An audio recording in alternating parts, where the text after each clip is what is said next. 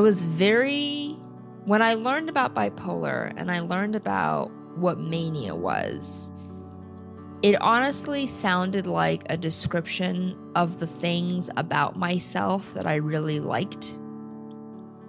And I was really scared to find out that the parts of my personality that I was really proud of were really just the bipolar. And if I got on medication and if it cured all my symptoms, it would cure me. And it would make who I am disappear. And I didn't know who was going to be left. I didn't know what I was going to be without those traits, without that personality. And I was really scared to find out that everything I liked about myself was really just my disorder. And if those things were gone, then I would have nothing left. And that's really what kept me from getting on medication for so long. Hey, and welcome everybody to another episode. So I'll start off. We have a guest today, as we always do, Saron. I'll let her introduce herself in just a little bit, but I wanted to start us off with just saying why I thought Saron would be a really good guest on the podcast. So I think there's like two avenues here, and I think our conversation will also go down these two tracks and maybe also go into some other areas. We'll see how it goes. The one is Saron I know from Code Newbies, which is like a community and a podcast and all these kinds of things centered around people new to coding. And giving them encouragement and support and sharing their stories and all these kinds of things. And during, I think, maybe the last 3 episodes or so, this topic has come up. Just in general, the tech industry is going through a bit of a shakeup. There's been a whole ton of layoffs. That partially means that the industry is flooded with talent, and oftentimes talent with a whole bunch of experience. And historically, getting a job in tech as a junior has been hard, just because people always say, well, you need so much experience, but how do I get experience? And then you go around and around you go. And so add to that the whole AI thing, and we're like, oh, but you don't need a junior developer. The AI is your junior on call. There's all these weirdness happening. And so I'm curious Saron's thoughts around all of this and her experience having spoken to and interacted in that space in the community of these junior folks. If she's like heard anything, like anything to share, any thoughts, any supportive words, anything like that. On the other side, I have also been following Saron on some social media platforms, and I've seen her openly share her personal struggles with mental health and with everything that's going on around us. And so, again, that is what we do here. We talk about these things and how it's impacting us and our careers professionally, but also personally. And so I thought it would be interesting to see, to find out from her, like how is life going? How is she dealing? What has she found that's been hard? How has she been able to cope with this? Because I know there's also been an upswing in terms of that. So I just thought there's just so many topics that, we can have a really interesting conversation. And I invited her and she accepted, and here we are. So as per tradition, we each start off with giving our lay of the land in terms of our mental health. And so I will give my mental health update, and I'm doing well.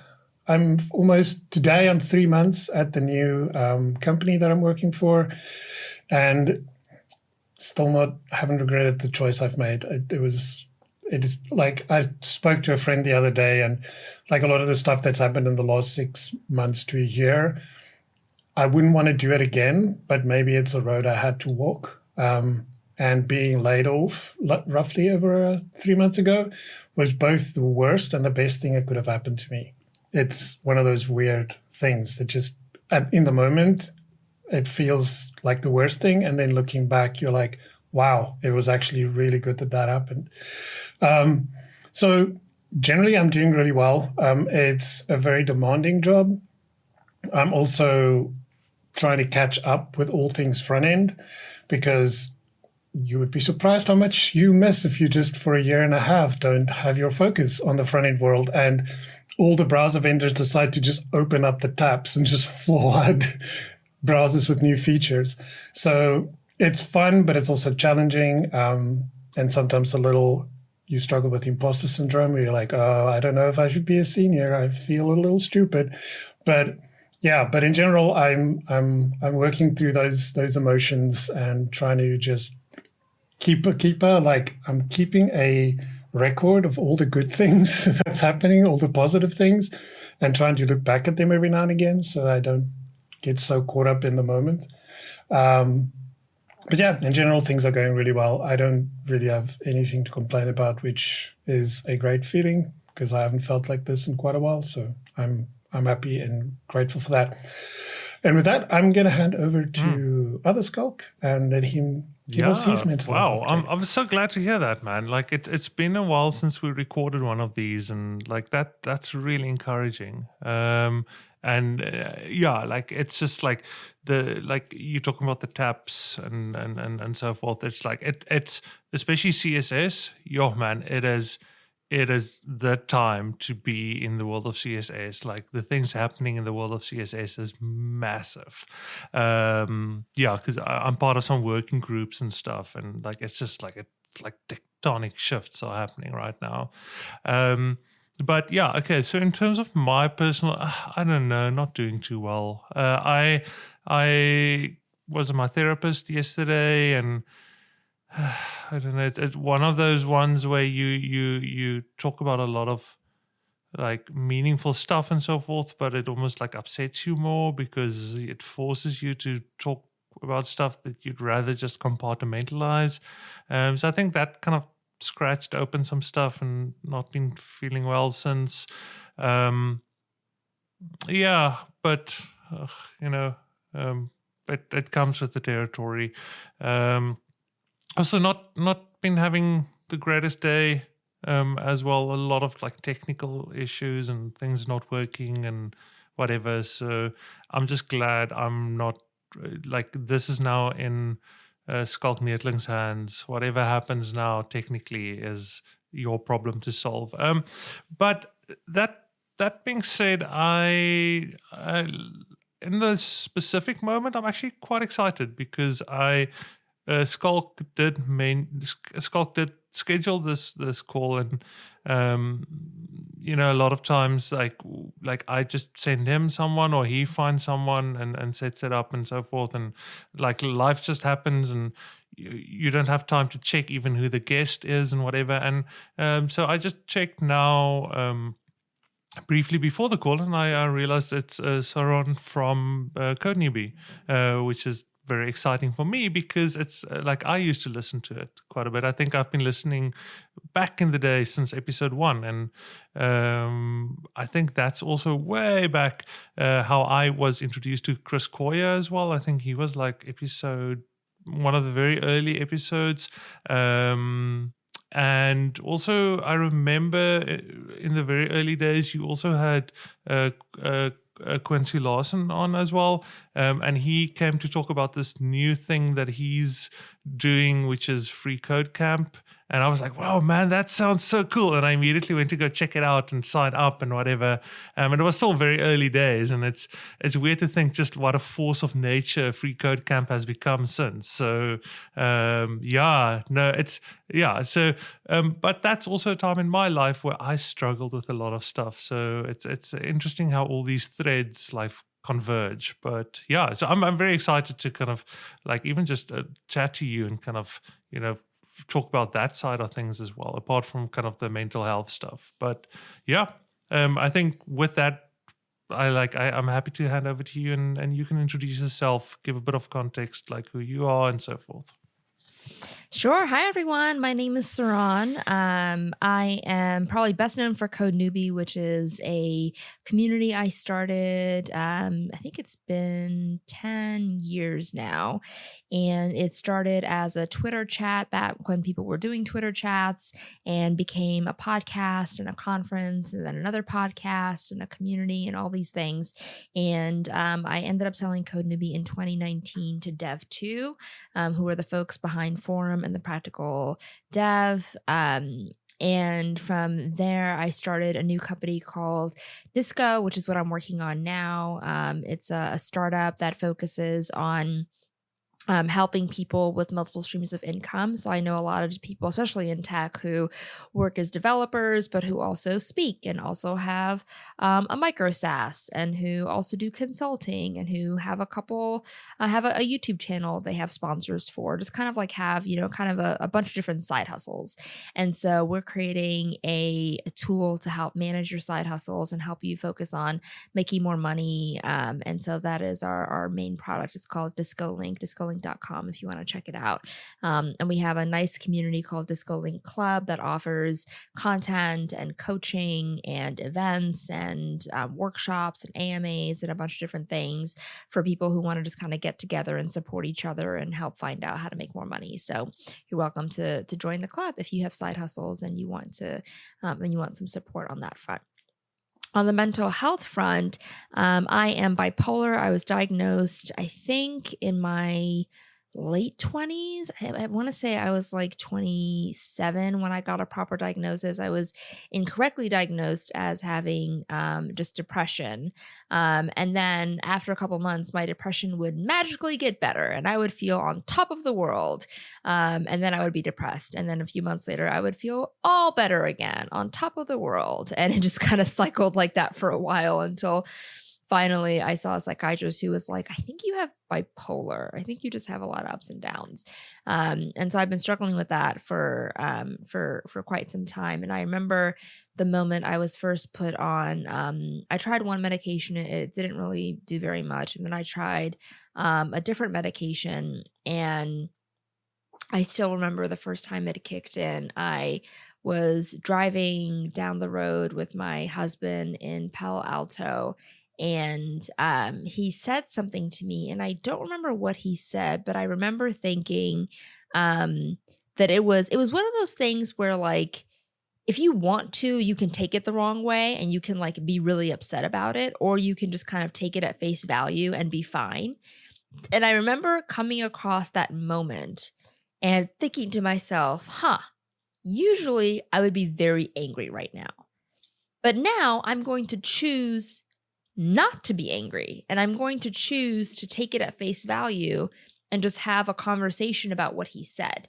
And it was the first time that I felt in control of my emotions to the point where I could make a decision about how to react in a way that was most productive and most conducive to the conversation. And I remember feeling so liberated and empowered and so relieved.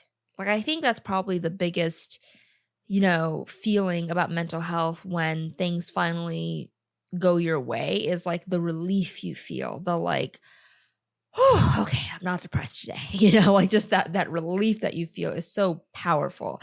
And I remember feeling that sense of just like relief in that moment. And it was such a powerful feeling. I remember thinking, wow, this is great. And I stayed on that medication, and that medication worked out for me for quite some time, for a number of years. And then I got pregnant, and during pregnancy, based on what my psychiatrist told me, it was the safest decision is to get off medication because there just aren't studies done on pregnant women. So you just don't know how the medication could affect the fetus. It could do nothing. It could do something. We just don't have enough information. And so he was like, let's just gradually, try to get you off. And if anything terrible happens, we can get back on. Let's just be safe. And so I got off the medication, and I was so scared. I was so nervous because it was the first time that I had been off meds in a long time. And I was just like, oh my goodness, that I'm going to like spiral. And I had the best mental health I have ever had. I wasn't happy or manic or ecstatic. I was just normal.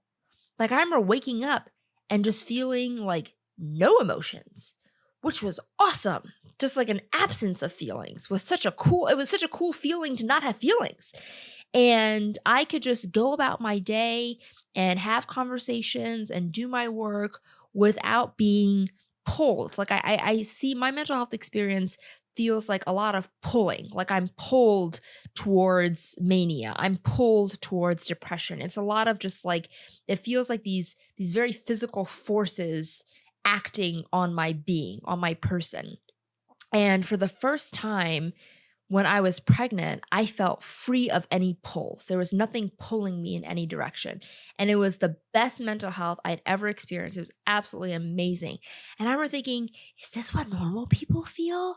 This is so cool. I was so excited.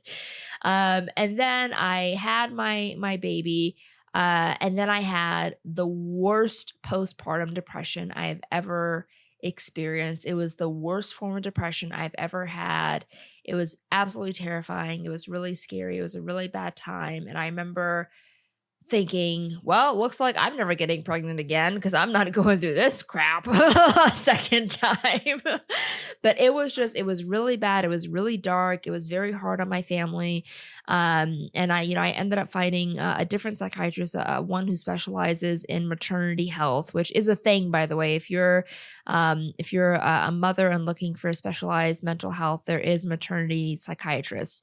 And she was very expensive, but she was very good. And she kind of like re-diagnosed me. She was like, let's start from scratch and make sure that the diagnosis still holds up. And when I was re-diagnosed as bipolar, we were put on a slightly different dosage and I started to feel better. I combined it with therapy. That helped a lot. And things were looking good. And then this year, starting in January, I started to feel that depression creep up again. And it had been a while since I'd felt, I still get depressed maybe like once a month kind of thing, just for like a couple of hours, maybe a day, but it usually goes away pretty fine. Everyone has ups and downs, right? So it's fine. You can't expect happiness every single day. But for months, I was just struggling. I was struggling to get out of bed. I was struggling to get any work done. And luckily, I'm a very high functioning bipolar person, so I still did get my work done. But it was, again, that pull, right? I was pulled away from work. I was pulled towards just lying down. I was pulled towards the couch. I felt these forces that slowed me down, that made it really hard for me to be productive and to get any work done. And I saw my psychiatrist, and the conclusion we came to was my meds just weren't effective anymore. I needed to get on different medication. And so we started on a new medication, and that took like 2 months to kind of get up to the right dosage, because you kind of start low and you increase. You got to do blood work to make sure everything is affecting you okay, etc. And so I was doing that, and eventually, I think this was literally like 3 weeks ago. I think it was like the start of August. I finally started to feel better, and now I feel very much in control of my mental health. I feel much more calm. I feel much more in control of my feelings. I feel, dare I say, happy most days, or at least neutral most days. I'll take neutral. I don't need to be happy. I just need to be not depressed. So I feel like having that new medication was the right decision. And so in terms of my current mental health update, I feel good. I finally feel some joy when I get work done, when I'm doing when I'm working on my business and working on my products. I feel good about that. And I haven't been depressed for a couple of weeks. So far, so good.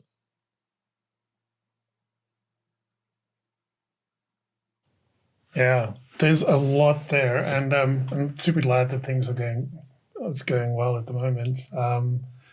But it's so interesting, like a number of the things that you said there, but like something that kind of rings true for me at the moment is my son.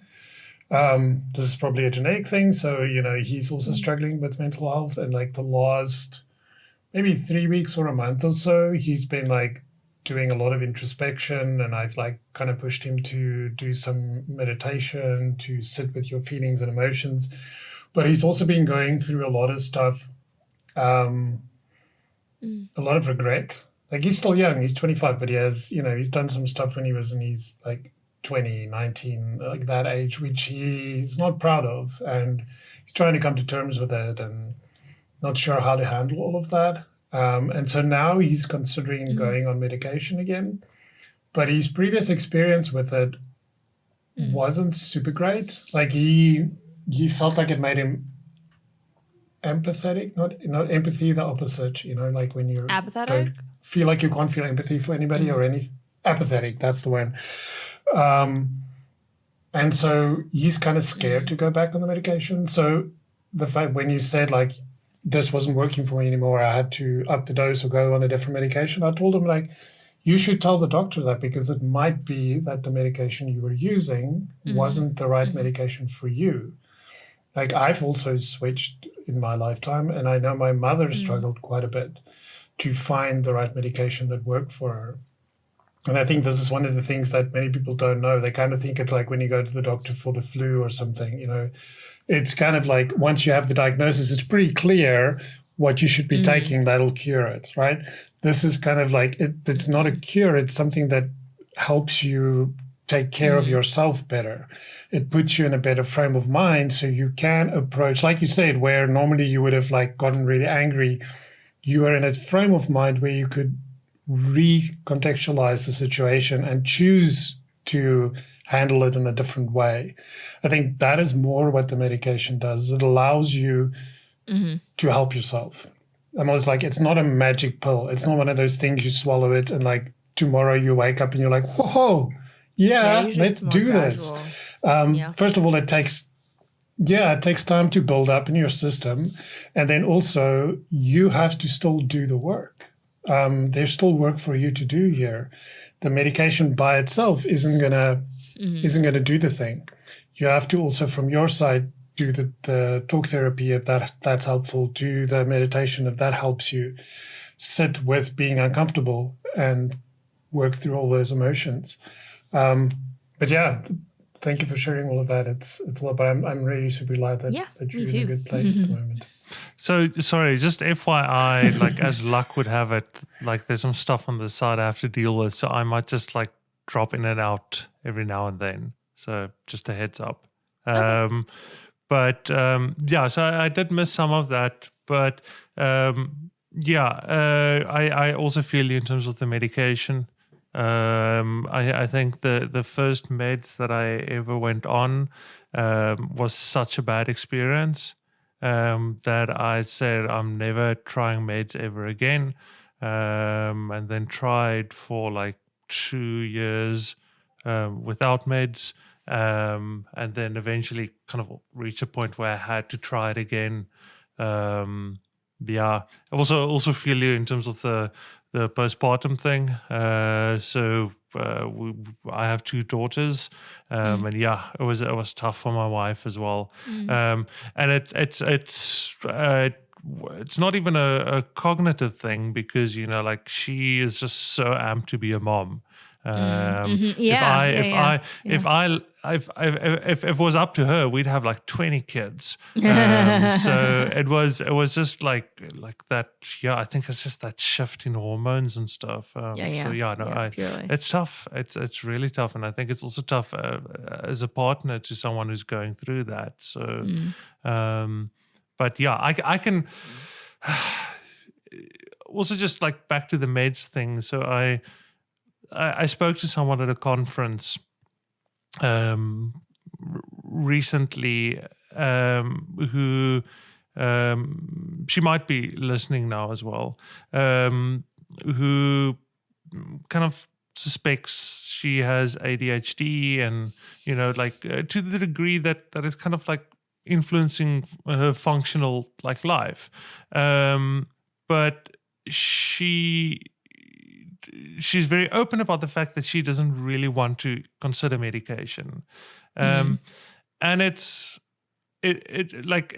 hard was a hard conversation for me to have because I see so much of myself and where I was in terms of I'll just fix this by eating healthy and exercising. I did the same and, thing. Yep. Yes, and like I think a lot of people. I have some friends that they went on medication very early in their life, and they kind of always wonder, like, oh, could things have been different or whatever, or is the meds actually even doing anything?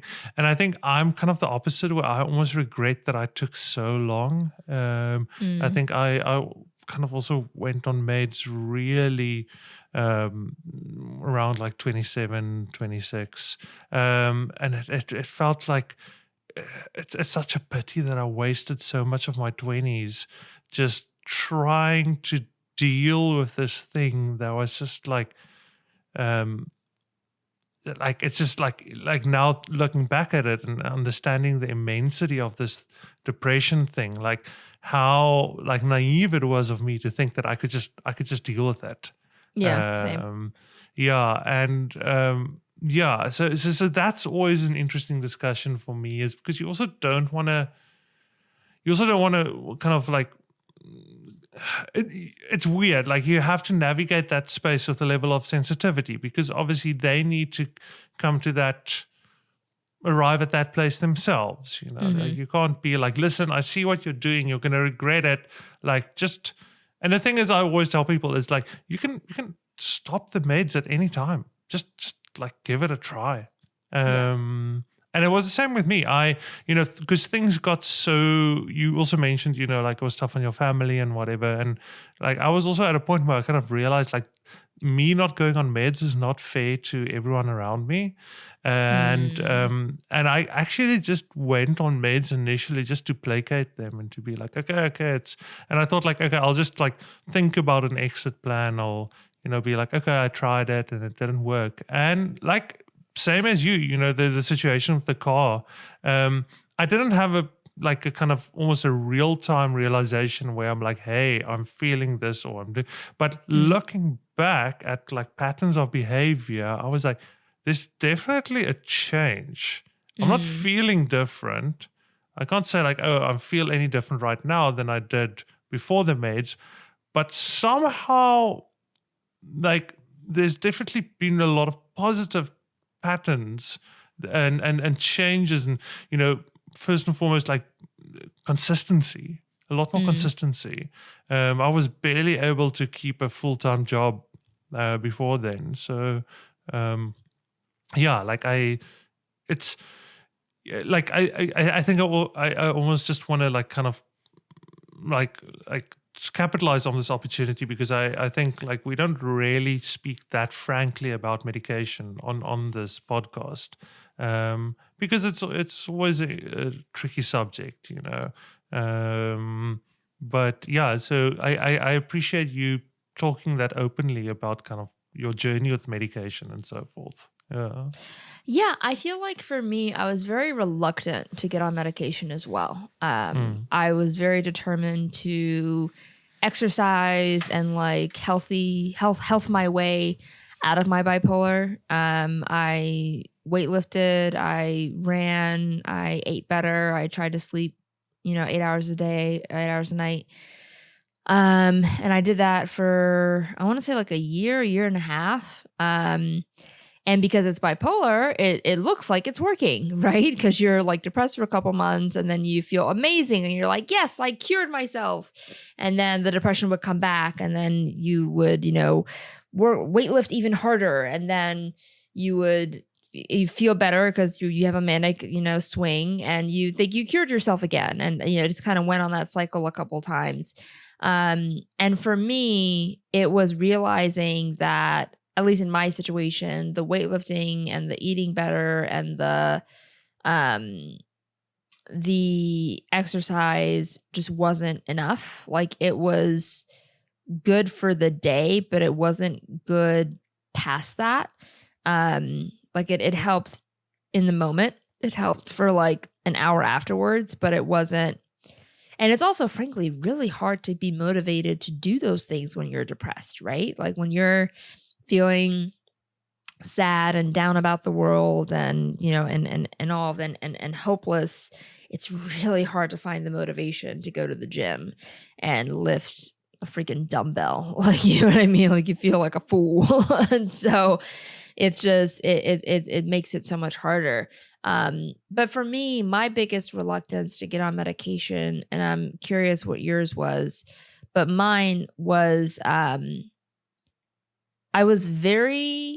when I learned about bipolar and I learned about what mania was, it honestly sounded like a description of the things about myself that I really liked. And I was really scared to find out that the parts of my personality that I was really proud of were really just the bipolar. And if I got on medication and if it cured all my symptoms, it would cure me. And it would make who I am disappear. And I didn't know who was going to be left. I didn't know what I was going to be without those traits, without that personality.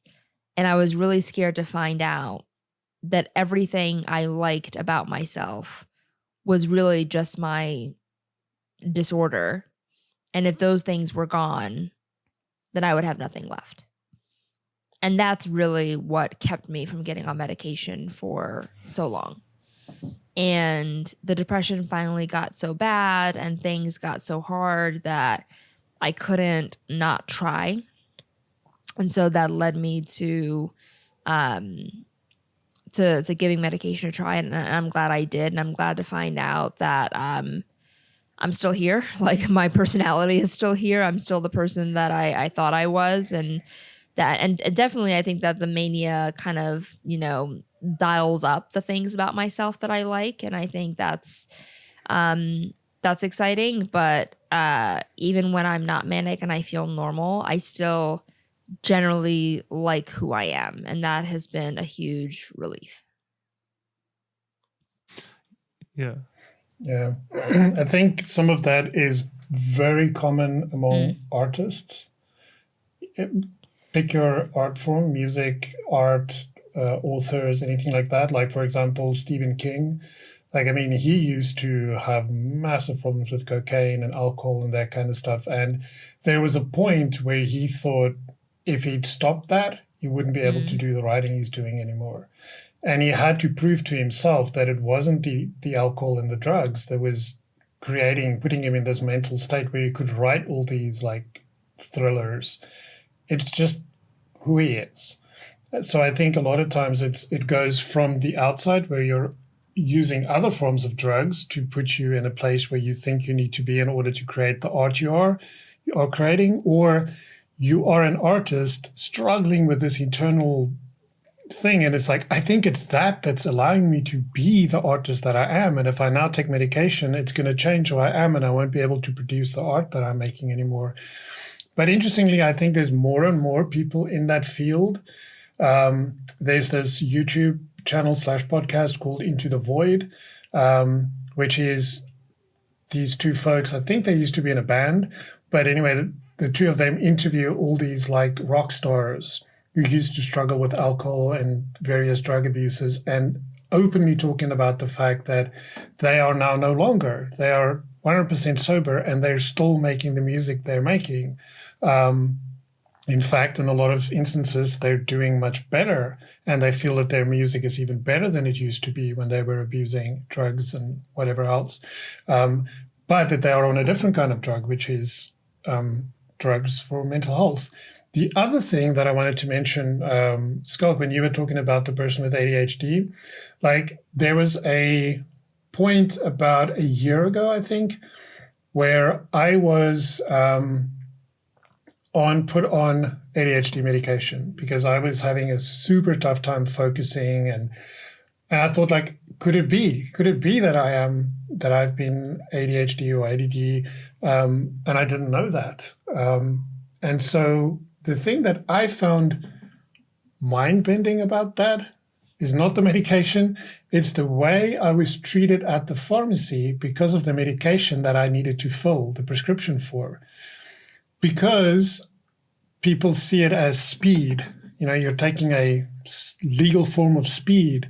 And so it's this like top tier thing that they have to like go to the back and like this person needs to sign off it and there's a double signature that needs to happen. And it feels like you're being judged for this medication that you are taking. So I think if you have seen this happen to somebody else, you'll be a little like, I don't know if I want to go through that judgment every month if I need to go and fill my prescription. Because you can also not have a repeat subscription. You have to have a new prescription every month. And so you go in and you fill it and you immediately feel that judgment. And immediately it feels like they're going behind the counter and having to get this special thing. And it's like all feels a little bit weird. And I don't know, it just felt so strange. So a combination of that and just how expensive it is, I just decided like, never mind. I'm just going to get off it. Those things are easier to get off because you could literally just stop. With like antidepressants, you have to wean off these things, so you can't just stop. Like, please don't just stop. It's a very bad idea. With those, I could just stop. But I sometimes, some days, some weeks, I do wonder like, do I actually need that medication? And so, like I can see how external societal forces can play with your mind and you decide like, I don't know if I want to take it because the judgment is just too much. Yeah, like that kind of like, sorry, I actually might need to end a bit earlier on my side, but I'm happy for you guys to continue this conversation. And it's such a pity that like, this is such an interesting conversation and now it's the one that I can't stick around until the end. But so to answer your question, like I think for me, the dynamic was a bit different. Purely, I think, just because of like the amount of self-hate that I had. Like I don't think there's any part that I liked about myself. So like I was like, if I can be someone else, please, I don't want to be me. And I think the other thing is as well is I don't have bipolar, so I just have the sucky side. And I have spoken to a couple of people. In my support group, there used to be a ton of bipolar people, and so a lot of them actually said like they miss the mania. Like if they could just get the mania without like, or even like some of them said like if they could guarantee that it has no destructive effect on the people around them, they might even consider that. Yeah, like, and I can imagine. But yeah, I don't have personal experience with that. But I think very much I only caught a bit of that conversation from Skulk's side. But I think for me, like, it's just a big part was the stigma thing. I just kind of, I don't think we talk about how stigmatized medication is. I think medication is even more stigmatized than actual mental illness itself.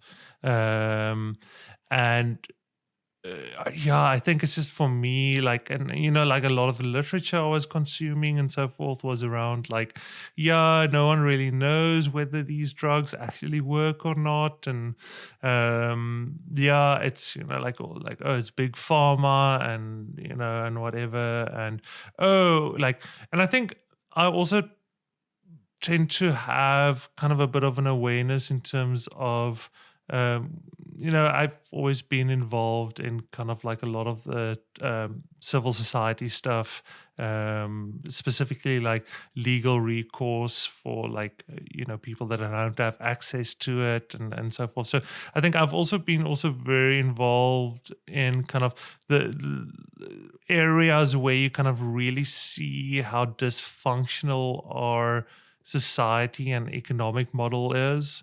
And I think it's also very easy to be like, I'm not depressed. Like, it's like everything is just fucked up. And like, I'm just seeing it for what it is, and like kind of going on meds kind of feels like you're numbing yourself to that. And it's like the easy way out. but over time I've kind of realized like those are two very different things. Like I'm also not of help to anyone if I'm struggling to just get out of bed, regardless of, like how, like regardless of how much the world is to blame for that. And just yeah.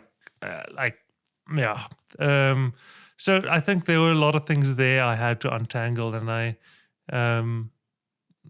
I think a lot of people also like kind of have similar stuff where it almost feels like it's weird. It almost feels like giving up when you go on meds.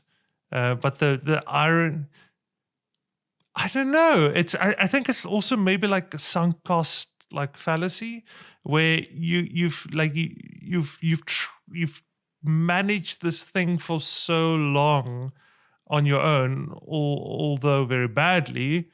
But then it's like, okay, but did I go through all of that shit now to at the end just be like, okay, I'm just gonna go on meds? I think there's a part of that.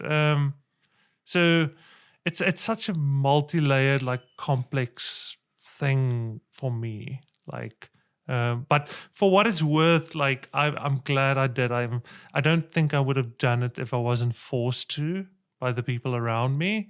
And I don't want to think about how my life would have turned out if I wasn't forced to. But yeah,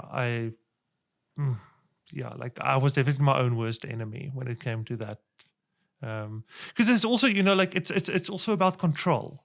I need to head out in like 5 minutes, but maybe in closing for me, I think it's also about control. It's like there's a big part of letting go by being like, I'm going to put the stuff in my body and it might affect me and the way I think and my emotions and whatever. And I think what tends to happen is when we struggle with these things, we almost paradoxically grasp for more control. The idea of letting go seems terrifying. It's like, I can barely deal with just my quote unquote natural fluctuations in emotion and whatever. Like now bringing meds into the mix as well, that just seems insane. Like, how's that going to play out? And I think it's just like, that was very long ago. And I think there was just a lot more misinformation and stuff out there than there is now. And I think there were less open discussions around this. Meds was also kind of like this thing that people didn't really talk about. And it almost felt like you were the only one, like you didn't know anyone who was on it. Yeah. So unfortunately, I need to head out, guys. Yeah, like it's just such a day. I have to go deal with some stuff. But yeah, I'm happy for you guys to continue. I'll definitely listen to the recording. And Saron, it was so nice to meet you. You too. I've been following you for a very long time. You cool. might not even know it. Yeah. All right, guys. Take care. Yeah, hopefully chat soon. Okay. Cheers. Bye. Thanks, man. Yeah, Bye. good luck with what you have to do. Right. Yeah, I mean, a lot of what he just said, I hear like it's long ago and misinformation and all that. But a lot of that like rings so true for what my son's going through right now at 25. Like everything he said there is pretty much what he's been telling me the last week or so.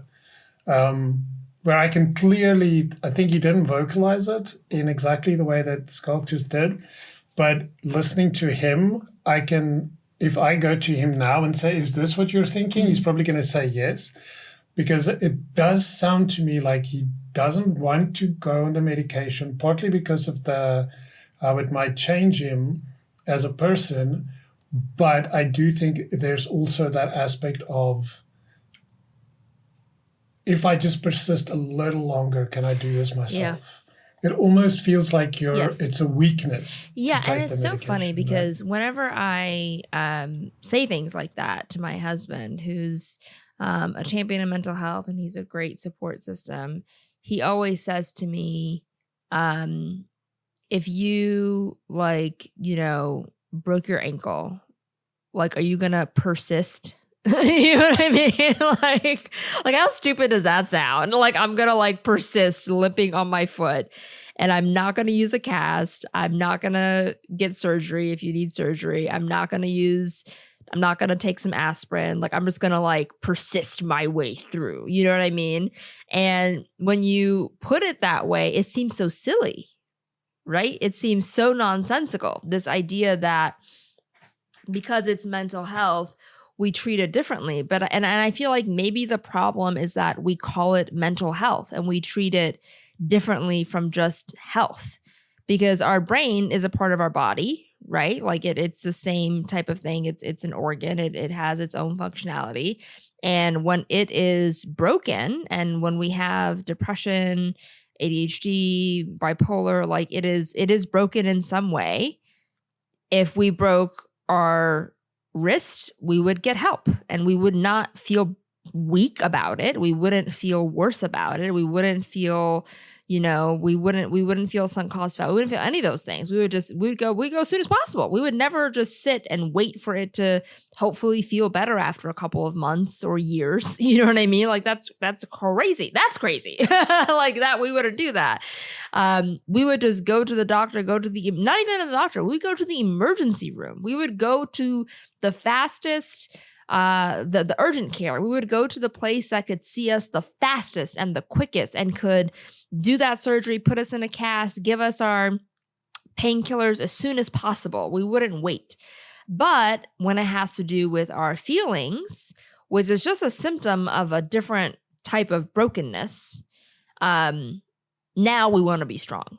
Now we want to push through. Now we want to wait. And it doesn't make any sense. And I feel like we would all be much better off if we viewed our mental health as just health. Like, our brains are a part of our bodies.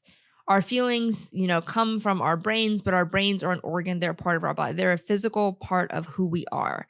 And if we can use therapy, we use medication to heal our brains, we will feel better. Just like if you use a cast for your ankle, you will eventually feel better and you will heal. And there's no shame in that.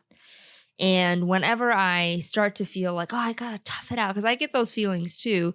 My husband reminds me, he's like, what would you do if it was your ankle? Well, how would you feel? And that always kind of reconfigures my thinking in my head and helps me think about it in a more productive way.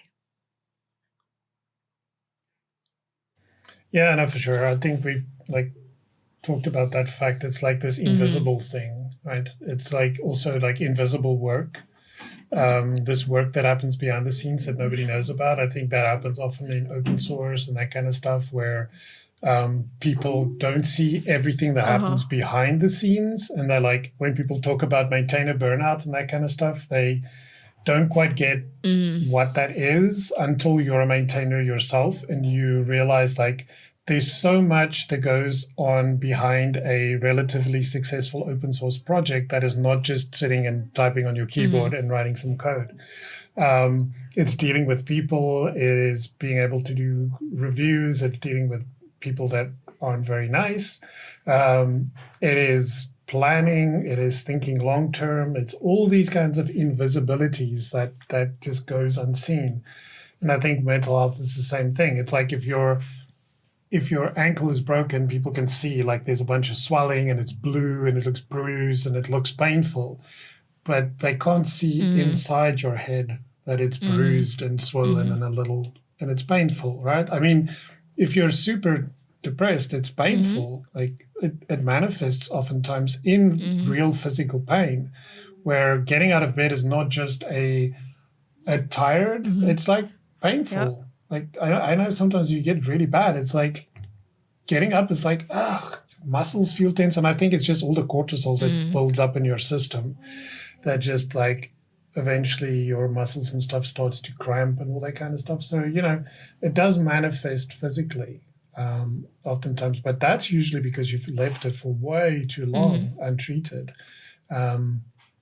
So yeah, I honestly think that people shouldn't be so scared of it. It is something that we have that we can take advantage of and see if it helps. I mean, maybe it's not for you, but you kind of won't know until you've tried. And just find this. I think for me, what was really really important was to find the right Oh yeah, therapist, 100%. because I know I was at three different therapists. The first one was exceptional. The second one, it felt like they were more interested in the prescriptions they could write than anything else. And then the third was again like he knows that you need the medication, but that's the last thing he talks about. He kind of first wants to understand who you are and where is your thinking in this whole situation. And then through that, he can better understand if there is medication needed, and if there is, what is probably the right medication that you need. So I think that was for me, that is critical. And I think that, like with a lot of the more experimental therapies that's happening now with ketamine and all these things, like clearly the setting and the psychiatrist and the talk therapy after it is almost more important than the actual treatment and the actual medication that you're taking. So I think that is a critical part that's also not often talked about. It's kind of like one or the other, but it's a combination. So in terms of changing the subject a little bit.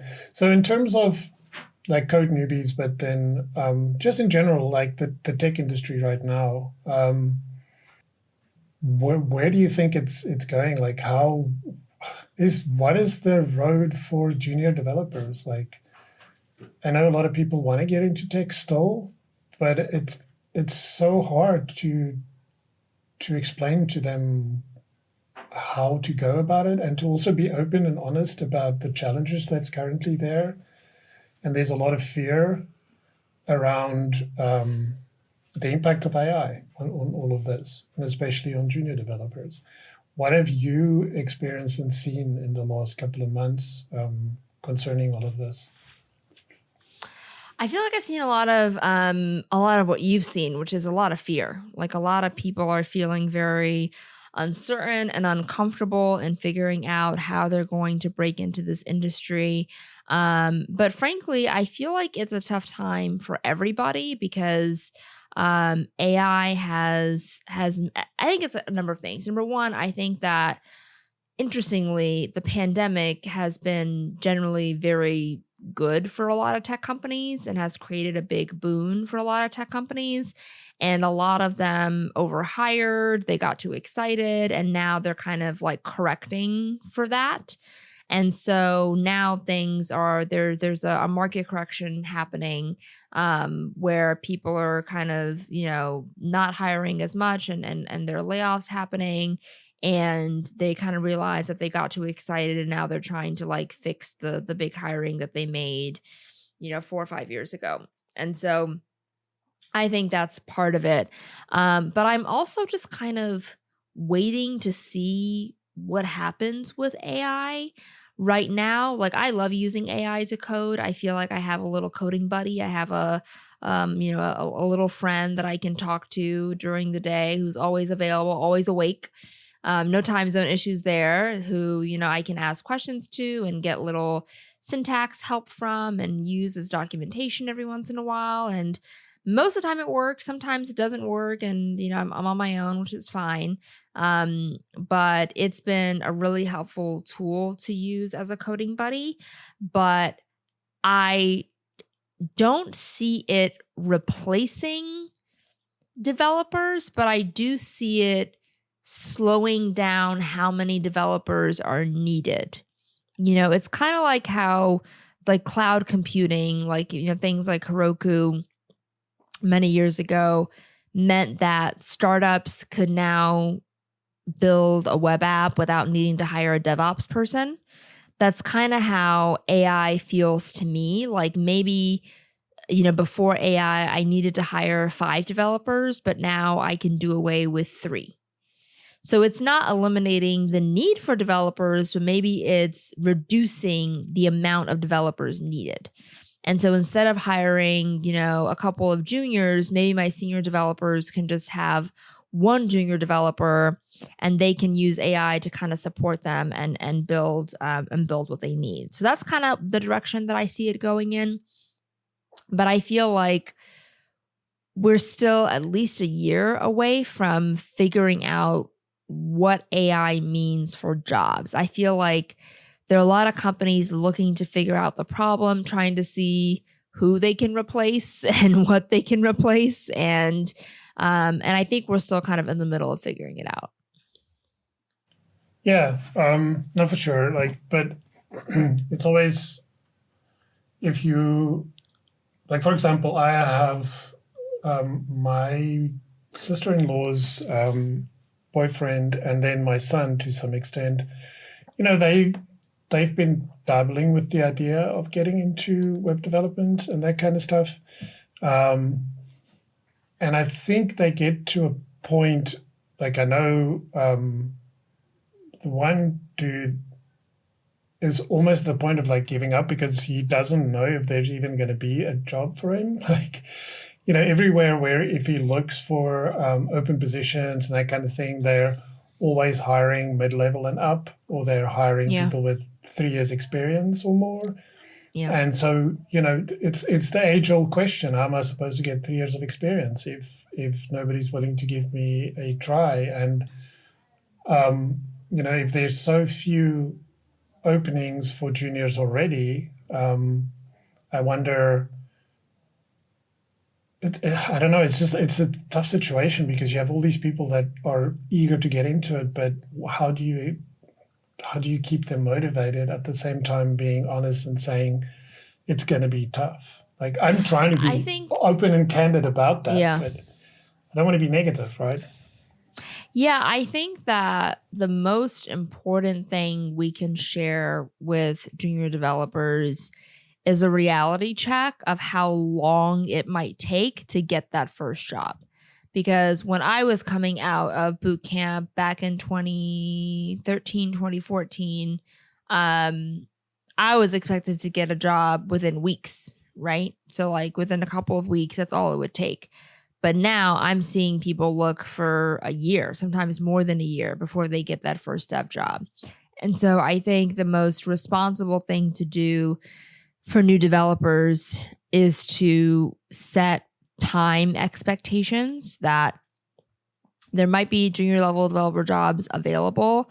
It doesn't look like there's many right now, but who knows? Maybe the market will change in the next 6 months to a year. Maybe more will open up. But regardless of the jobs available today, plan for it to take at least 12 months for you to transition into that role, if that is indeed the direction you want to go in. So it's just going to take a really long time, and you just have to be ready for that. And I guess community and support is really important here, right? From a mental health perspective, just not giving up. Sitting by yourself is not going to help. You need to find a bunch of people that are going through it who can say keep you pumped a little bit and encourage you when you feel down. I feel like that is so important. Trying to do it by yourself, and it's going to be so easy to just give up and say, you know what, this is not going to work out, and then just walk away when the opportunity might have been around the corner. Yeah, 100%. Do you think that, so talking about disco, do you think that is one of the possible other avenues for people to explore, going through it, trying something where it's 2 or 3 friends getting together and saying, let's try and build something together, the 3 of us, let's do some freelance work and we'll try some other things at the same time, the multi-streams of income. And doing that as opposed to just being hyper-focused on getting a job at an employer. Do you think that maybe, have you seen in the stuff you've done with Disco, have you found that is maybe a viable alternative for people to explore? Yeah, it's been really interesting. It's been really interesting getting to know people who have side hustles and multiple streams of income, and getting to know kind of their motivation, how they think about money, where it all, where what the goal is, where it's all going. And what's interesting is for a lot of people, they see these side hustles, these extra streams of income, as a way to protect their career, as a way to be less reliant on the day job, so that if the day job doesn't come through, if it doesn't work out, if they get laid off, or maybe they're just tired of their day job and they want to quit, they're not totally stranded, right? They're not totally screwed. They have these additional streams of income that can potentially help them get off the ground. And they have runway, right? So maybe if they didn't have side hustles, maybe they only had 3 months of income and they need to get a job within 3 months. But because they've been doing a little bit of consulting, doing a little bit of speaking, doing a little bit of a micro SaaS, they've been doing all these things. Now they can go 6 months without an income and they'll be okay. So it gives them that protection from their career. It makes them less reliant on that job. That's been the most common thing. For some people, they've taken it all the way and they have been able to turn their side hustles into a full-time job in and of itself, right? They do consulting full-time. They do teaching full-time. Kevin Powell is a member of our Disco Link Club community. He is a very popular YouTuber. He does videos about CSS and front-end development, and he managed to turn his YouTube channel into full-time income. And he does so with his teaching courses that he does. He has a newsletter, he has his videos. And so he's been able to kind of do it as a lifestyle entirely. And there's some people who are willing to do that. We had another person, Gwen, who was unfortunately laid off from her job a couple months ago and decided to take the opportunity to do her side hustles full time and see if she can make it work. And so far it's been working out really well. And she's got a couple. She does some consulting. She has a big AI course that she is, I think it's launched now. I think it's live. She has her YouTube channel. She has her newsletter. She has a book that she sells. She has like all these different things. And she's been able to make these side hustles her real-time hustle. And if she wants to get a job, she can. It's always on the table, but she doesn't have to. So I think it's all about being less reliant on a company, less reliant on a 9-to-5, to make ends meet, to take care of your family, to live for yourself. It's all about having some protection. That's really what it's about. No, I agree. And then what role does mental health play in all of that? Like, as part of the stuff that's being done at Disco, as part of the bigger community and the club, as you mentioned earlier, like, is that an active thing that's being discussed there, that's being addressed? Oh yeah. We talk about mental health all the time. I think there's a significant number of our community that is neurodivergent, but we also just talk about just depression. I think we have a couple bipolar people.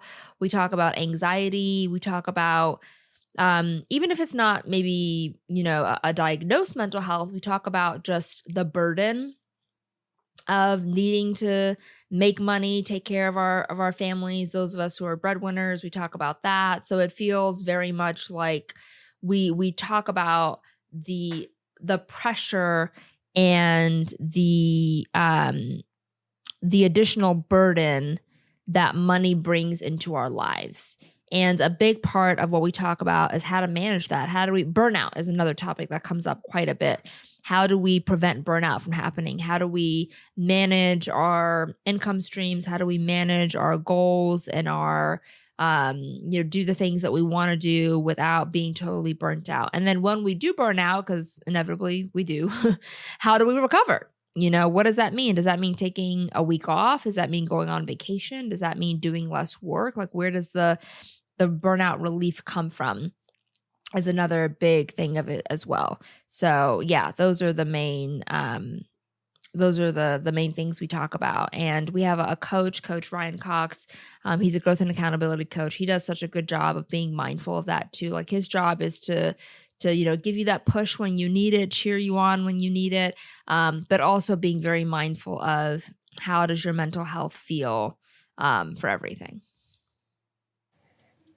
Do you think that seeing that you, it seems that there's quite a few people in this group who are neurodiverse. Do you think that, like, maybe in two ways? So do you think this is attractive to people who are neurodiverse because they are neurodiverse? And so this idea of not being tied to a single employer with a single job is kind of more fulfilling and more interesting to a lot of people who aren't neurotypical on the one side. And then on the other side, do you think people are kind of going in that direction because the workplace isn't very well set up for people who aren't neurotypical?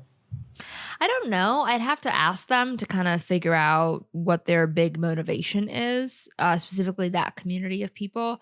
But I think that overall, I found that most people hear about other people making a lot of money and go, "Ooh, can I do that too?" They hear about the person who has, a 50,000 person newsletter that's doing really well. They hear about the speaker making 10 grand a talk.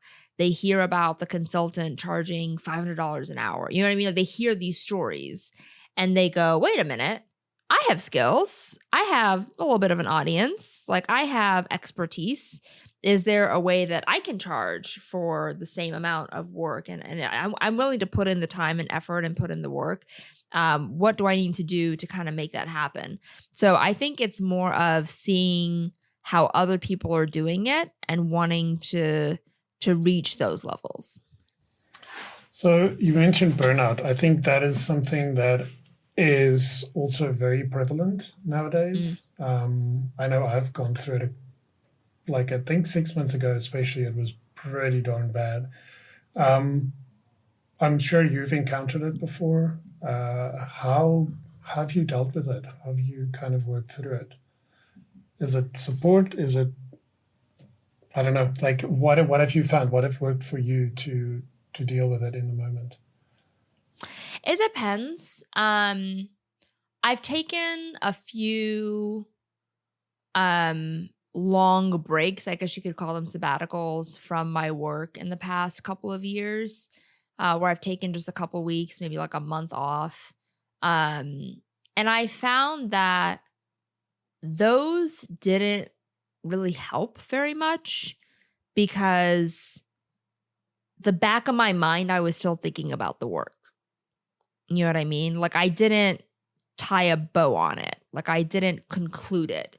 And so it was this open-ended piece of work that still played in the back of my mind, that still taunted me, And so that was not very helpful. I think that rest can be very powerful if you can disengage from the work. If you can properly turn it off, shut it down, walk away from it, and truly take your mind off of it, I think that even a couple of days of just really powerful disconnection can be very helpful. But if it's going to just play in the back of your mind and you're still thinking about it, I don't know if the act of stepping away is going to really do very much. One strategy that I have not tried but might be helpful is, instead of just stepping away, filling that time with something that is energy giving. Maybe that's a new hobby. Maybe that's being immersed in a new book. But I think that anything that activates your mind, activates your creativity, your thinking, but in a way that is different from your job or your project, might be a helpful strategy. I know that recently, it was funny. I was feeling really good with my new medication and I was doing really well. And I went all in on my work and I I almost burnt out in like 2 weeks.